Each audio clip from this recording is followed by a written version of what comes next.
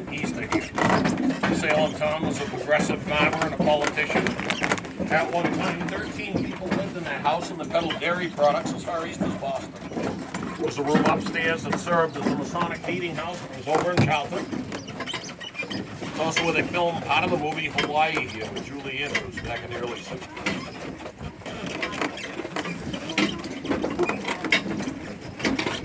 This yellow building off to your right is our printing office. That was brought in from Grove Street in Worcester. At one time, well-known patriot Isaiah Thomas owned that building when he fled Boston. Next building down on the right-hand side is our cider mill out of Bow, New Hampshire. We still use that in the fall.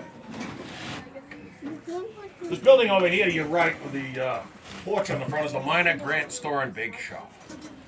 They're open today. They have hot coffee, delicious cookies and fudge, tinware, pottery, all kinds of goodies for sale here. This building was purchased down in Stafford Springs, Connecticut, 1938, for just $300. We got that when they widened Stafford Springs. You can get out here if you wish.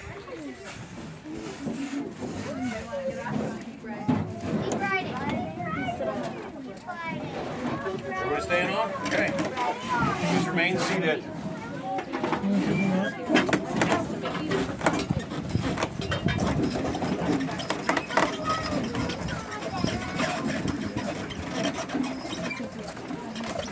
This brick building over here to your right is the Thompson Bank. This was brought in from Thompson, Connecticut, 1955. One of the few buildings that was actually moved here in one piece.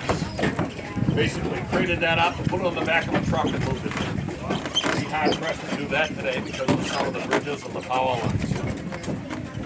Even back then it was an issue. The most direct route was 19 miles. We went 43 miles of that. The building weighs over 30 tons. This yellow house over here to your right is the Fitch House. This came out of Willimantic, Connecticut. This started out like a small house out in front. It's a little two-room farmhouse. So as the family grew, they added onto it 3 times. The original structure dates back to 1737. Last addition on the back there dates back to 1830.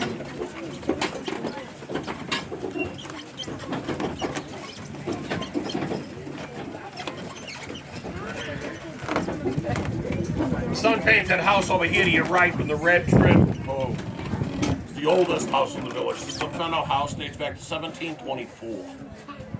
This was donated to Old Sturbridge Village by the Canton Historical Society. The village depicts that as the house of an elderly widow and her daughters. They're living out of spinning and weaving and pushing and needle sewing. Do a lot of wool dyeing and textile demonstrations.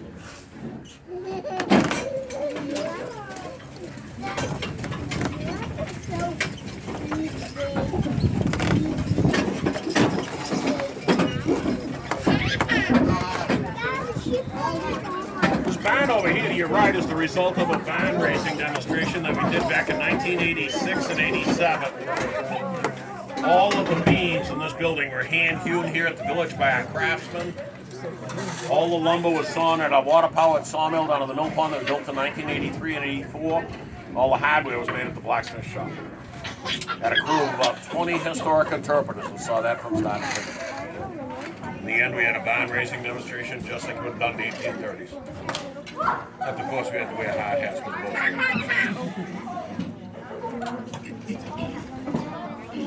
How's Mr. Pratt?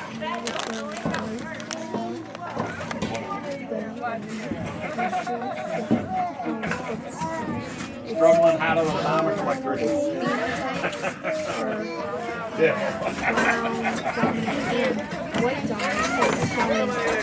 How are you kids today?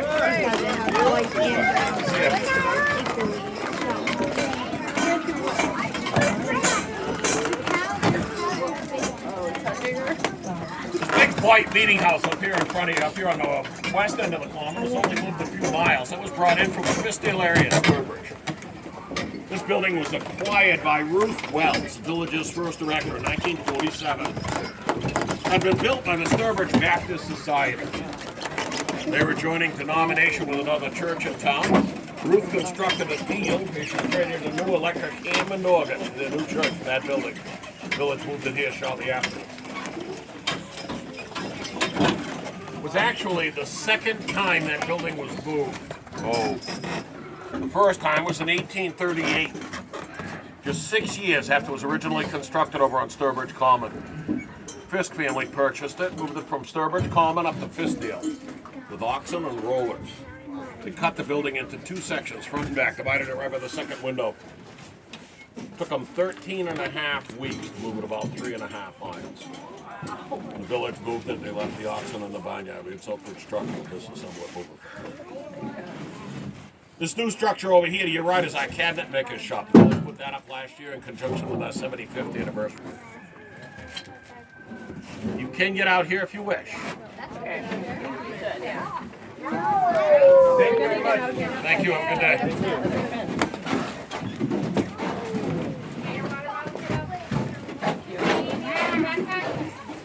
It's going that way. Margaret, you're going that way? People. Hannah, you going with your mom? You want to come this way? Quick. Okay, keep going. Yep. Good job. Do you want to sit on the end?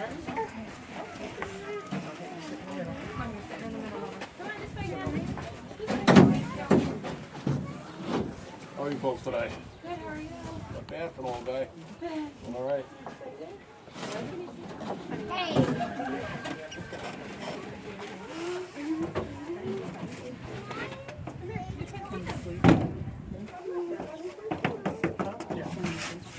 Can you see the first one?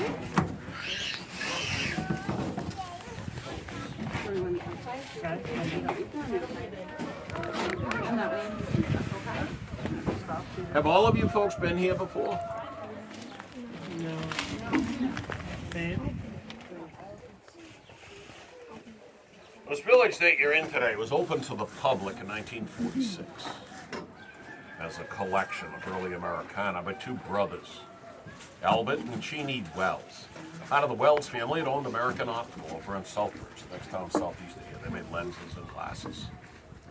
Most of the buildings that you see around here today were brought in from other parts of New England to recreate a very small slice of the 1830s. They had purchased this piece of property and put the museum here 10 years prior to that, 1936. Because it already had a grist mill site and a sawmill site and the mill pond down below. They wanted to show how water power influenced the 1830s as the start of the Industrial Revolution. The rest of this was a farm. It almost ready to open up, then World War II started. That's why we never opened up until 1946. From here, we're going to wander out through the countryside. We're going to go past the shoe shop, the schoolhouse, the pottery shop, the Freeman Farm. Next stop, the load and unload is down by the blacksmith shop, Bixby House area, if you wish. Then we'll go down through the mill area, through the covered bridge, let you off behind the Bullard Tavern or Minor Grant Store back here, okay? Please remain seated.